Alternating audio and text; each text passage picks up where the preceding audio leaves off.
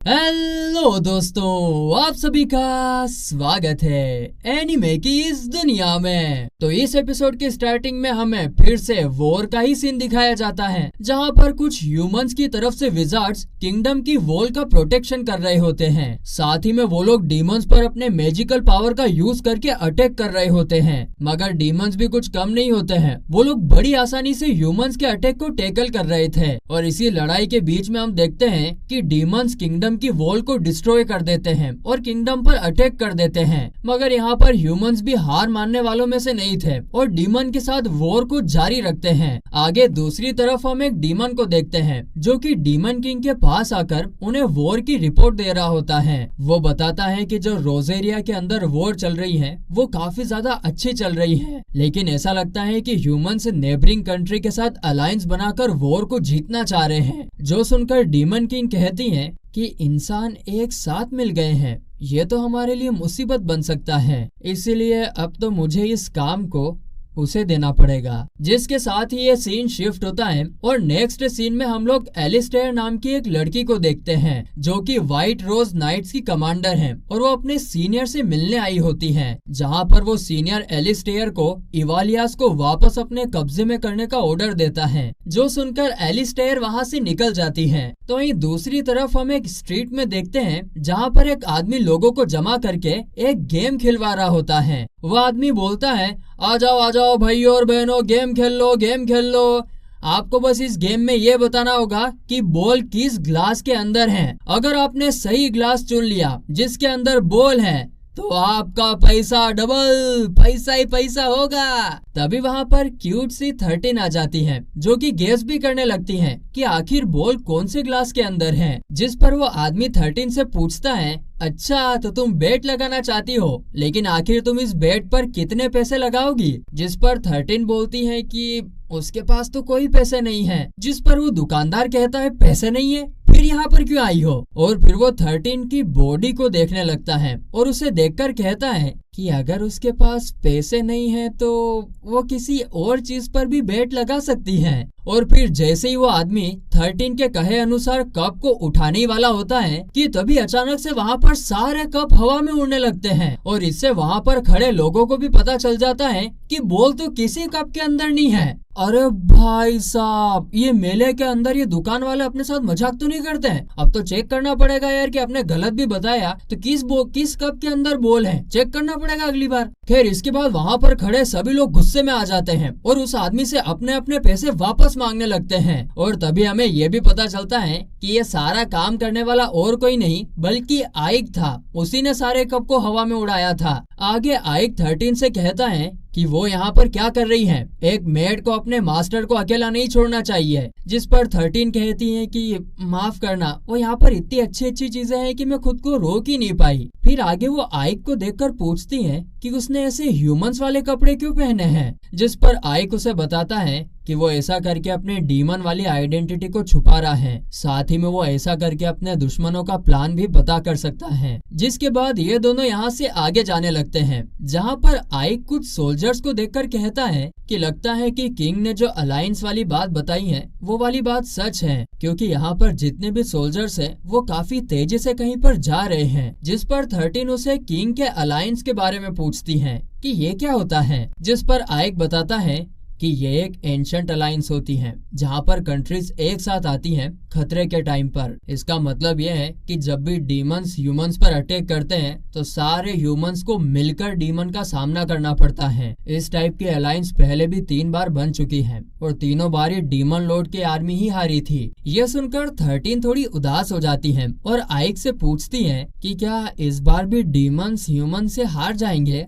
जिस पर आइक कहता है कि तुम्हें क्यों इतनी चिंता हो रही है, तुम तो एक इंसान हो, अगर डीमन लॉर्ड की आर्मी हार भी जाती है तो फिर तो तुम आजाद हो जाओगी। जिस पर 13 कहती है कि उसका कोई फायदा नहीं है, इंसानों की सोसाइटी में जो स्लेव की कास्ट में पैदा हुआ है वो स्लेव ही रहता है। अगर आप मुझे छोड़ भी दोगे तो मेरी हालत उन बच्चों जैसी हो जाएगी जो उस पिंजरे में बंद हैं। जो सुनकर आइक कहता है, अच्छा अगर ऐसी बात है तो तुम्हें चिंता करने की कोई जरूरत नहीं है, क्योंकि अभी के जो डीमन लॉर्ड हैं वो अभी तक के सबसे ज्यादा पावरफुल और समझदार डीमन लॉर्ड हैं, इसलिए इस बार हम लोग नहीं हारेंगे। इसके बाद जब वो लोग आगे जा ही रहे होते हैं कि तभी अचानक से वहाँ पर वही दुकानदार, वो चपड़ू गंजू, एक काफी बड़े गुंडे के साथ वहाँ पर आता है। वहाँ पर आकर वो आइक से कहता है कि तुमने मेरी ट्रिक खराब कर दी, जिससे मेरा काफी ज्यादा नुकसान हो गया, इसीलिए अब तेरे को मुझे मेरा पैसा वापस देना होगा, साथ ही में अपनी ये स्लेव भी मुझे दे दो। बस इतना सुनते ही फिर क्या, आइक का माथा भुना जाता है और वो आसपास देखने लगता है, और जैसे ही उसे ये पता लगता है कि आसपास कोई नहीं है तो वो अपने मैजिक से उस गुंडे के पैर को जमा देता है और उसके बाद कई सारे तीखे तीखे आइस क्रिस्टल्स को उस दुकानदार के गले पर रख देता है। और फिर वो कहता है कि ज्यादा होशियारी बताना मत अब तुम, और मैं जो भी पूछ रहा हूँ उसका सही सही जवाब देना। मगर वो दुकानदार काफी गुस्से में आइक को कहता है, मैं तुम्हें तुम्हारे सवालों का जवाब दूंगा, भाग यहाँ से। और ये सुनकर आइक उसके हाथ में एक आइस क्रिस्टल को घचोड़ देता है, यानी कि उसको चुभा देता है, जिससे उस आदमी को काफी ज्यादा दर्द होने लगता है। आओ आओ आओ आओ आओ आओ आओ। और वो आइक से माफी मांगते हुए कहता है कि पूछो तुम्हें क्या पूछना है। फिर आगे आइक उससे पूछता है कि आखिर ये आर्मी इस टाउन में क्या कर रही है, जिस पर वो आदमी बताता है कि किंग ने एक अलायंस बनाई है डीमंस के खिलाफ लड़ने के लिए, लेकिन जो रोजेरिया की आर्मी है वो अलायंस से पहले ही डीमन लॉर्ड के आर्मी के ऊपर अटैक करना चाहती है। जो सुनकर आइक अपना दिमाग चलाता है और सोचता है कि शायद ये रोजेरिया के लोग ऐसा करके सारा क्रेडिट खुद लेना चाहते हैं, और इस स्ट्रेटेजी से काउंसिल के सामने वो लोग अपने आप को एडवांटेज पर रख पाएंगे। लेकिन अगर ये लोग फेल हो जाते हैं तो रोजेरिया काफी ज्यादा बुरी पोजीशन पर आ जाएगा। ये सोचने के बाद आइक उस दुकानदार से पूछता है कि आखिर वो लोग सबसे पहले कहाँ पर हमला करेंगे, जिस पर वो दुकानदार बताता है कि जो आर्मी है वो सबसे पहले इवालियास पर अटैक करेगी, क्योंकि वहाँ की जो वॉल है वो अभी काफी ज्यादा कमजोर कंडीशन में है। देखो मैंने आपको सब कुछ सही सही बता दिया है, अब आप मुझे फ्री कर दो। जो सुनकर आइक कहता है, अच्छा फ्री कर दूं, और फिर वो उन दोनों को बिना फ्री किए ही वहाँ से चला जाता है। जिसके बाद अगले सीन में हम आइक को कुछ काम करते हुए देखते हैं, शायद कोई स्ट्रेटेजी वगैरह बना रहा था। तभी वहाँ पर अचानक से एक डीमन लड़की आ जाती है और वो आते ही आइक से पूछती है कि आखिर वो इतने समय से कहाँ पर था, मुझे तुम्हारी चिंता हो रही थी। जिस पर आइक बताता है कि वो रोजेरिया को स्काउट करने में लगा था। आगे वो डीमन लड़की आइक से 13 के बारे में पूछती है कि ये लड़की कौन है, जिस पर 13 खुद ही अपना इंट्रोडक्शन देती है और कहती है कि वो आइक की मेड है। जिस पर वो डीमन लड़की जलन के मारे आइक से कहती है कि तुम्हारी मेड तो काफी ज्यादा ही बदसूरत है। वो डीमन लड़की आइक से कहती है कि तुम 13 को हटाकर मुझे अपना मेड क्यों नहीं बना लेते।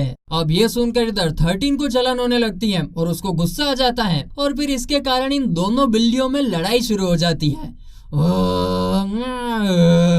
तभी वहाँ पर आइक का पीक साथी आ जाता है और इन दोनों को अलग कर देता है। तभी सीन रोजेरिया की आर्मी की तरफ शिफ्ट होता है, जो कि वॉल के पास में पहुंच चुके थे और इवालियास पर अटैक करने की तैयारी कर रहे होते हैं वो लोग। और साथ ही में उसकी कमांडर कहती है कि यहाँ पर सिक्योरिटी काफी कमजोर लग रही है, आक्रमण। मगर यार तुमने क्या आइक को यही समझ रखा, मतलब उसको कुछ पता ही नहीं है। तभी अचानक से जमीन में से काफी सारे स्केलेटन बाहर आ जाते हैं, जिनको एकदम से देखकर सोल्जर्स की फटकर चार हो जाती है। पर तभी वहाँ पर खड़ा एक सोल्जर कहता है कि ये स्केलेटन्स हमारे लिए कोई ज्यादा बड़ी मुसीबत नहीं है। लेकिन तभी अचानक से उसी सोल्जर को एक एरो आकर लग जाता है, जिसे कि कुछ गोब्लिन्स ने चलाया होता है। और तभी हमें पता चलता है कि वहाँ पर और भी काफी सारे डीमंस पहले से ही मौजूद थे, जो कि उनके ऊपर हमला करने लगते हैं। और इस हमले में फिर काफी सारे सोल्जर्स घायल हो जाते हैं, जिसकी वजह से सारे सोल्जर्स पीछे हट जाते हैं। और साथ ही में उनकी कमांडर एलिस्टेयर भी उनके साथ बैटलफील्ड से भाग जाती हैं। और ये सारा नजारा होते हुए देख रहे होते हैं हमारे मास्टरमाइंड आइक। आइक का साथी भी ये सब देखकर काफी ज्यादा इम्प्रेस हो जाता है और आइक की तारीफ करने लगता है, जिस पर आइक उससे कहता है वाह बस बस, ज्यादा मक्खन लगाने की जरूरत नहीं है। लेकिन तभी अचानक से क्या होता है कि कोई पीछे से आइक के ऊपर एक एरो से अटैक कर देता है। जैसे ही वो एरो आकर आइक को लगता है, धम, आइक बेहोश हो जाता है। इधर आइक बेहोश हो जाता है और वहीं दूसरी तरफ हम लोग एलिस्टेयर के सीनियर को देखते हैं, जिसे पता चल चुका होता है कि एलिस्टेयर जो है वो वॉर में पीछे हट गई है, क्योंकि डीमन लॉर्ड की आर्मी ने वहाँ पर पहले से ही एक ट्रैप लगाया हुआ होता है। और जैसे ये बात उस सीनियर को पता चलती है, वो गुस्से में एक सोल्जर से कहता है कि वो एलिस्टेयर को अभी के अभी जेल में डाल दें। वो हमारे नेशन की सबसे अच्छी जनरल है, मगर फिर भी उसने बैटलफील्ड को छोड़ दिया। तो वहीं इस तरफ हमें आइक को दिखाया जाता है, जिसे अब होश आ गया होता है। होश में आते ही वो अपने बगल में सेफिरो को देखता है, जो उसके पास ही में सो रही थी। उसे पास में देखकर वो एकदम शॉक हो जाता है और वो सेफिरो से पूछता है कि आखिर वो उसके साथ क्या कर रही थी और उसके साथ हुआ क्या है, उसे तो कुछ भी याद नहीं। जिस पर सेफिरो बताती है कि तुम्हें एक एरो लग गई थी, जिससे तुम घायल हो गए थे, और उसके बाद मैंने ही तुम्हें हील किया है। आगे आइक को भी सब कुछ याद आ जाता है और फिर वो सेफिरो को उसको हील करने के लिए शुक्रिया कहता है। जिस पर सेफिरो कहती है कि शुक्रिया की कोई जरूरत नहीं है। वैसे मैंने सुना है कि वॉर में एक भी ह्यूमन की जान नहीं गई है। अगर डीमन लॉर्ड को इस वजह से तुम्हारे ऊपर शक हो गया, तब फिर तुम क्या करोगे? जिस पर आइक कहता है मुझे इस बारे में अच्छे से पता है और इसीलिए मैं जल्द से जल्द एक ऐसा तरीका ढूंढ रहा हूँ जिससे ह्यूमंस और डीमंस एक साथ मिलकर रहे। खैर आगे फिर सेफिरो आइक को आराम करने का बोलकर वहाँ से चली जाती है। सेफिरो के वहाँ से जाने के बाद आइक उसी एरो को देखने लगता है जिससे उसके ऊपर अटैक हुआ था। आगे फिर वो कुछ बोलने वाला था कि तभी उसे किसी के आने की आवाज आती है, तो वो जल्दी से अपना मास्क पहन लेता है और तभी वहाँ पर वही डीमन लड़की आ टपकती है जिसका नाम लिलिथ है। वो आते ही आइक को गले लगा लेती है उलुलुलुलुलु, और तभी वहाँ पर 13 भी आ जाती है। और इसके बाद क्या, ये दोनों बिल्लियों की तरह लड़ाने लगती हैं, जलने लगती हैं। और उसी टाइम पर वहाँ पर आइक का वही साथी भी आ जाता है, जो इन दोनों को फिर से लड़ते हुए देखकर लिलिथ को यहाँ से वापस से उठाकर बाहर फेंक देता है और बाहर रखने के बाद दरवाजा बंद कर देता है। और इससे लिलिथ बहुत गुस्सा हो जाती है और उसे बुरा भला कहने लगती है, पीक कहीं का, सुअर का बच्चा। खैर ये सब नौटंकी तो चलती रहेगी। आगे आइक अपने साथी से कहता है कि जिस कमांडर ने हम पर हमला किया था, तुम उसका पता लगाओ कि वो कहाँ पर है। और थोड़ी देर बाद आइक को पता चल गया था कि एलिस्टेयर को प्रिजन में रखा गया है, क्योंकि वो अपने मिशन में फेल हो गई थी और इसीलिए आइक उससे मिलने के लिए उसी प्रिजन में जा रहा होता है। तभी वहाँ पर वापस से लिलिथ आ टपकती है। अरे यार, और वो आइक से पूछती है कि वो इस जगह पर अकेले क्यों जा रहा है, ये जगह तो बहुत खतरनाक हो सकती है। जिस पर आइक कहता है कि उसे एलिस्टेयर से कुछ जरूरी बात करनी है और तुम यहाँ पर क्या कर रही हो। जिस पर लिलिथ कहती है कि वो बस उसकी हेल्प करने आई है और तुम अपनी मेड को भी तो अपने साथ में ले गए थे, मुझे भी अपने साथ में ले चलो। अब लड़की ऐसे इमोशनल अत्याचार करती तो लड़के कुछ बोल पाते हैं क्या। जिस पर आइक कहता है कि ठीक है, लेकिन अगर तुम्हें मेरे साथ आना है तो चुपचाप रहना होगा। जिस पर लिलिथ कहती है कि ठीक है, मैं बिल्कुल चुप रहूंगी। देख लिया आपने कैसी चुप रहेगी। और फिर वो आइक के साथ चिपक कर उसके साथ जाने लगती है। आगे वो लोग छुप कर देखते हैं कि प्रिजन के गेट पर 2 गार्ड्स होते हैं। उन्हें देखकर आइक अपने मन में बोल ही रहा होता है कि उसे यहाँ पर कोई प्रॉब्लम नहीं चाहिए, इसीलिए वो अंदर जाने का कोई शांत और फास्ट तरीका ढूंढेगा। लेकिन वो इतना सोच ही रहा था कि तभी लिलिथ, जो शांत रहने का वादा कर चुकी है, फटाक से जाकर उन दोनों गार्ड्स को मारकर बेहोश कर देती है। और उनको बेहोश करते ही वो आइक को बोलती है कि अब वो लोग अंदर जा सकते हैं। अबे डोबी, शांति से सब कुछ करना था।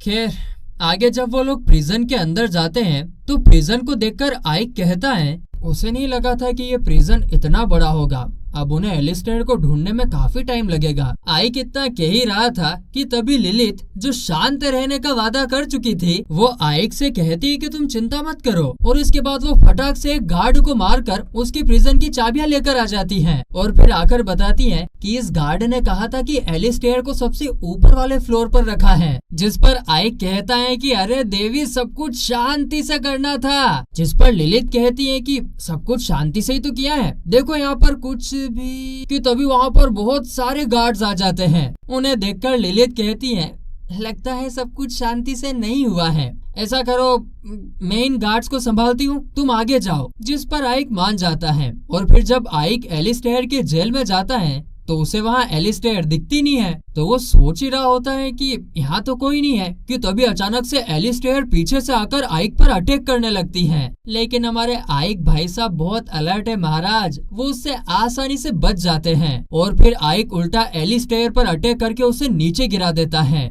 जिस पर एलिस्टेयर कहती है कि एक डीमन यहाँ पर क्यों आया है। जिस पर आइक कहता है कि तुम वो सब छोड़ो, तुम मुझे ये बताओ कि क्या तुमने ही लास्ट बैटल में उस असैसिन को भेजा था जिसने मुझे मारने की कोशिश की। ये बात एलिस्टेयर सुनती तो है, लेकिन उसको देखकर ऐसा लग रहा था कि वो कुछ और ही नोटिस कर रही है। और फिर वो पूछती है कि क्या तुम सच में एक डीमन ही हो या फिर इंसान हो। जो सुनकर आइक भी थोड़ा सा डर जाता है और बोलता है कि तुम्हारा ये बोलने का क्या मतलब है। लेकिन तभी अचानक से आइक को बाहर से गार्ड्स की आवाज आती है, जो कि आइक को ही पकड़ने के लिए आ रहे होते हैं। और इसी बीच इसी मौके का फायदा उठाकर एलिस्टेयर आइक के गले पर चाकू रख देती है और कहती है कि अब ये मत कहना कि तुम एक ह्यूमन हो। और बस इसी के साथ ये एपिसोड यहीं पर खत्म होता है।